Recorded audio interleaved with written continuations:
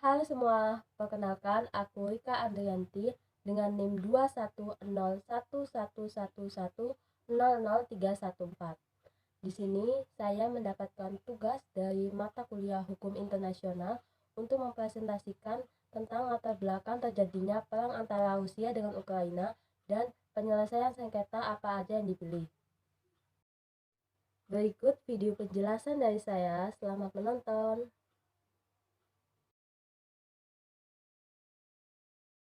Ini merupakan peta dari Rusia dan Ukraina dan juga menjadi dua daerah konflik yang paling memanas.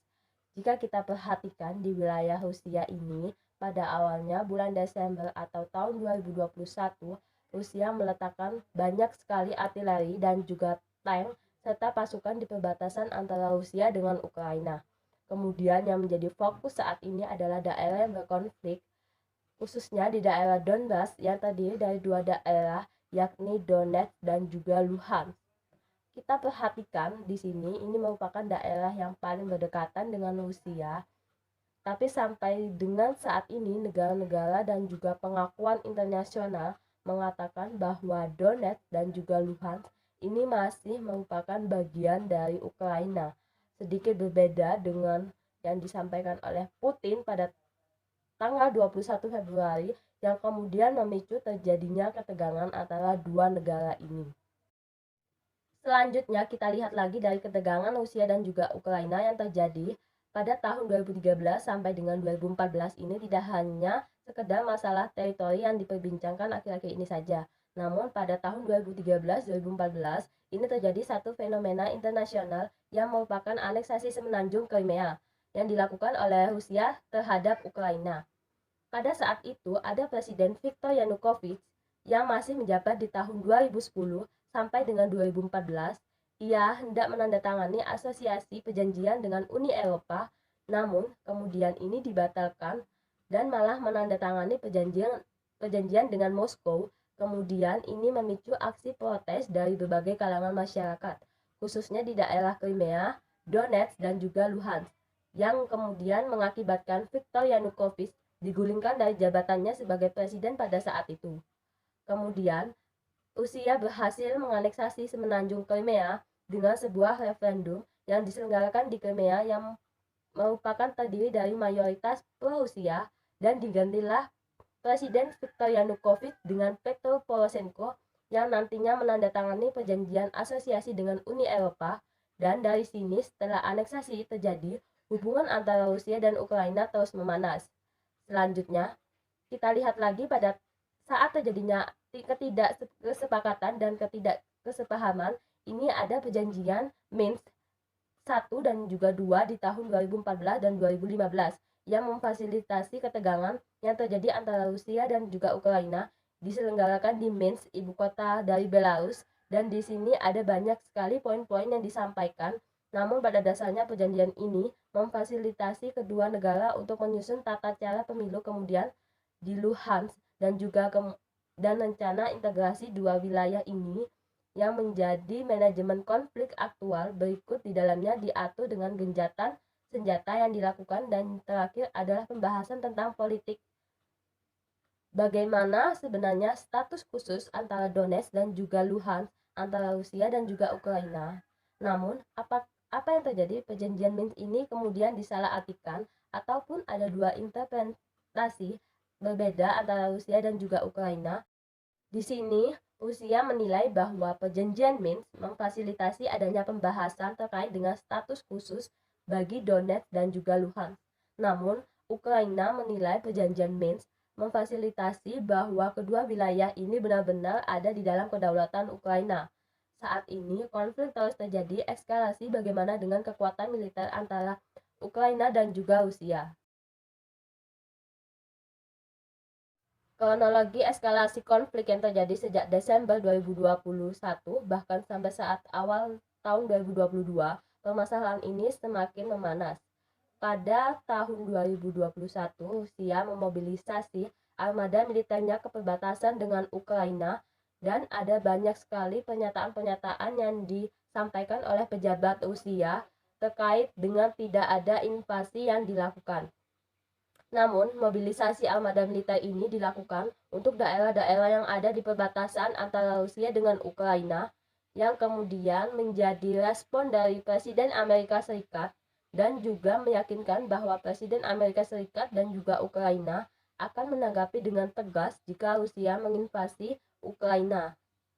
Tidak hanya berakhir di situ saja, namun banyak sekali dinamika-dinamika yang terjadi antara kedua negara ini di bulan Januari, yaitu pada tanggal 24 Januari 2022, NATO menempatkan pasukan dalam keadaan siaga di Eropa Timur.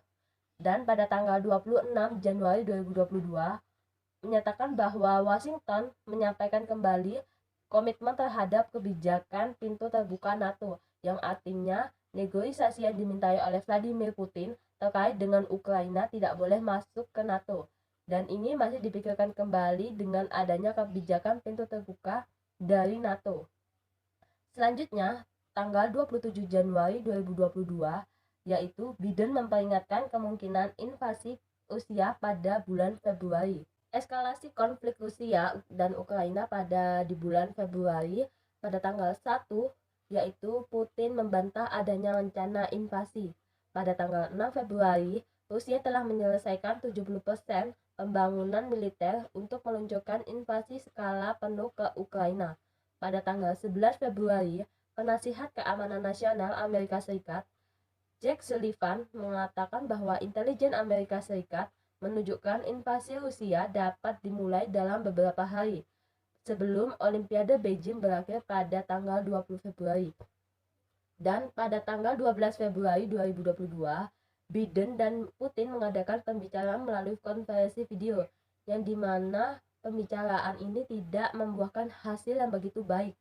Dan terakhir tanggal 16 Februari 2022, adanya rumor yang terjadi bahwa Rusia kemungkinan akan menyerang Ukraina kapan saja, dan peringatan ini dari Presiden Ukraina mengumumkan bahwa Day of Unity, yang dimana Presiden Ukraina akan tetap optimis apapun yang terjadi.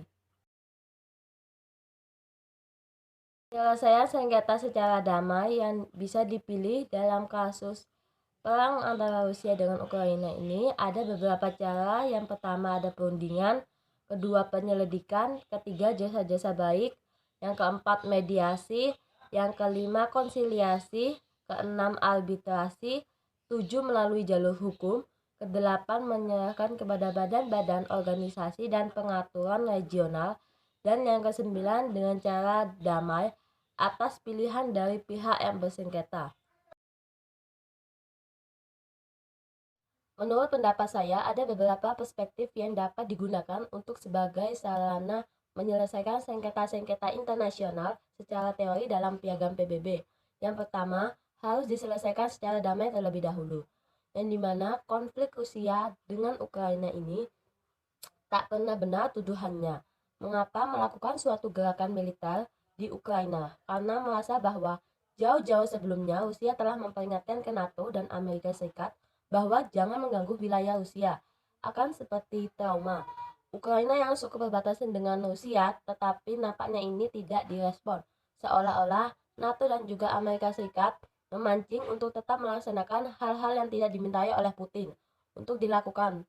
Mestinya dalam persoalan ini, di ranah internasional bisa melalui penyelesaian secara damai terlebih dahulu. Jika kita melihat perundingan yang telah dipilih dan dicoba untuk dilakukan oleh kedua belah pihak, Rusia maupun Ukraina, Turki berusaha untuk menawarkan diri untuk memfasilitasi perundingan damai antara Rusia dan Ukraina.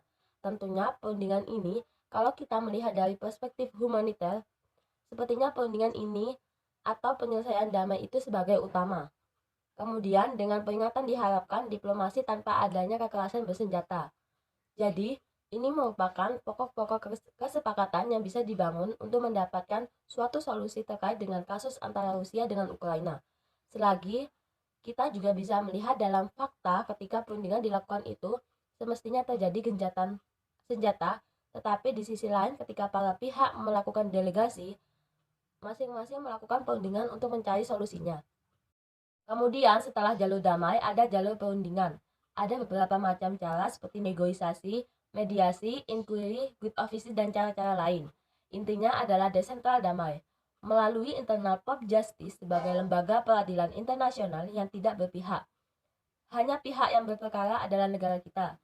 Ketika kasus itu juga melalui jalur hukum, bagaimana Ukraina dan Rusia juga yang sebagai negara notaben merupakan subjek HI, sehingga bisa berperkara di Internal Court of Justice, bahwa putusan dari pengadilan Internal Court of Justice ini bersifat final, yang sehingga para pihak harus betul-betul memperhitungkan ketika memilih untuk melalui jalur peradilan. Yang ketiga, ketika cara-cara damai mungkin mengalami deadlock, yang kemudian cara jalur peradilan dan dipilih mungkin bisa menggunakan jalur yang ketiga dengan kekerasan atau paksaan ke perang. Satu di antaranya akan bisa melihat torsi secara blokade ataupun perang, karena kasus ini adalah kasus Ukraina dengan Rusia menggunakan bersenjata, maka kita menggunakan peperangan atau dengan cara paksaan. Dan seperti itu, kita bisa melihat bahwa sekarang terjadi konflik bersenjata internasional antara kekuatan militer Rusia dengan Ukraina, yang sebenarnya perang itu dalam perspektif hukum humaniter adu kekuatan fisik dan persenjataan antara kekuatan militer angkatan bersenjata dengan angkatan perang satu negara dengan negara lainnya. Dan esensialnya kenapa? Karena memang mereka dibentuk sebagai suatu institusi yang tujuannya adalah berperang menjaga pertahanan dan keamanan.